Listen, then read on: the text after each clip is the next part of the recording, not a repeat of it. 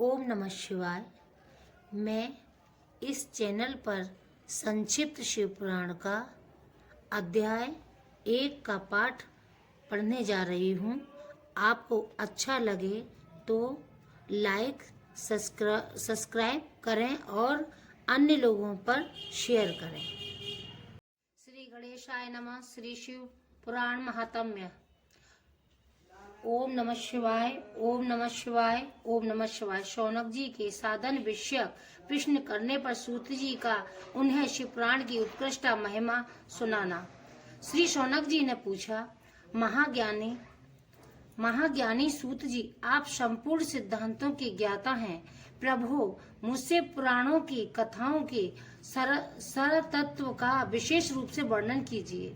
ज्ञान और वैराग्य सहित भक्ति से प्राप्त होने वाले विवेक की वृद्धि कैसे होती है तथा साधु पुरुष किस प्रकार अपने काम, क्रोध आदि मानसिक विकारों का निवारण करते हैं। इस घोर कलिकाल में जीव प्राय असुर स्वभाव के हो गए हैं। उस जीव समुदाय को शुद्ध देवी संपत्ति से युक्त बनाने के लिए सर्वश्रेष्ठ उपाय क्या है? आप इस समय मुझे ऐसा कोई शाश्वत साधन बताइए जो कल्याणकारी वस्तुओं में भी सबसे उत्कृष्ट एवं परम कल्याणकारी हो तथा पवित्र करने वाले उपायों में भी सर्वोत्तम पवित्र कारक उपाय हो। तात वह साधन ऐसा हो जिसके अनुष्ठान से शीघ्र ही अंतकरण की विशेष शुद्धि हो जाए तथा उससे निर्मल चित्त वाले पुरुष को सदा के लिए शिव की प्राप्ति हो जाए। श्री सूत जी ने कहा, मुनिश्रेष्ठ शौनक, तुम धन्य हो, क्योंकि तुम्हारे हृदय में पुराण कथा सुनने का विशेष प्रेम एवं लालसा है। इसलिए मैं शुद्ध बुद्धि से विचार कर तुमसे परम उत्तम शास्त्र का वर्णन करता हूँ।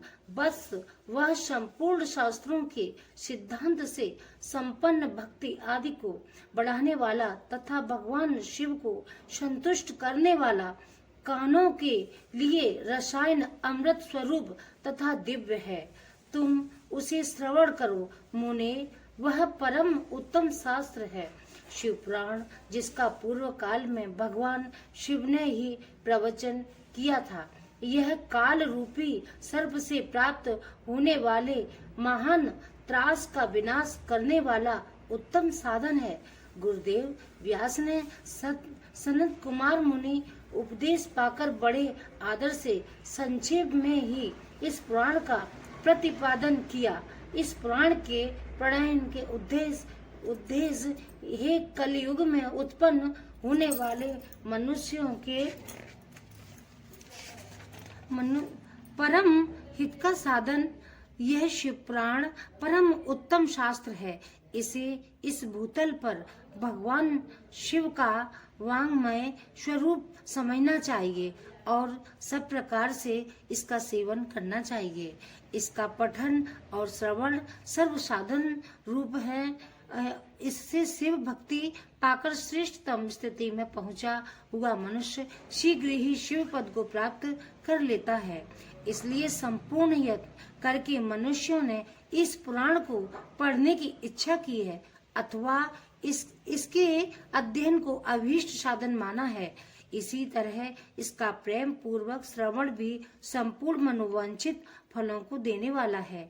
भगवान शिव के इस पुराण को सुनने से मनुष्य सब पापों से मुक्त हो जाता है तथा इस जीवन में बड़े बड़े उत्कृष्ट भोगों का उपभोग करके अंत में शिवलोक को प्राप्त कर लेता है। यह शिव पुराण नामक ग्रंथ 24,000 श्लोकों से युक्त है। इसकी 7 संहिताएं हैं। मनुष्यों को चाहिए कि वह भक्ति, ज्ञान और वैराग्य से संपन्न हो बड़े आदर से इसका श्रवण करे। 7 संहिताओं से युक्त यह दिव्य शिव पुराण परम ब्रह्म परमात्मा के समान विराजमान है और सबसे उत्कृष्ट गति प्रदान करने वाला है, जो निरंतर अनुसंधान पूर्वक इस शिव पुराण को वांचता है अथवा नित्य प्रेम पूर्वक इसका पाठ मात्र करता है, वह पुण्य आत्मा है, इसमें संशय नहीं है। जो उत्तम बुद्धि वाला पुरुष अंतकाल में भक्ति पूर्वक इस पुराण को सुनता है, उस पर अत्यंत प्रसन्न हुए भगवान महेश्वर उसे अपना पद धाम प्रदान करते हैं।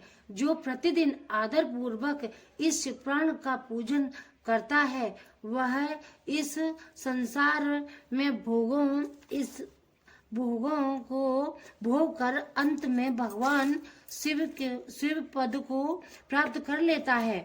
जो प्रतिदिन आलस रेशम वस्त्र आदि के वेष्टन से इस शिव पुराण का सत्कार करता है, सदा सुखी होता है। यह शिव पुराण निर्मल तथा भगवान शिव का सर्वस्व है। जो यही लोक और परलोक में भी सुख चाहता है, उसे आदर के साथ प्रयत्न पूर्वक इसका सेवन करना चाहिए।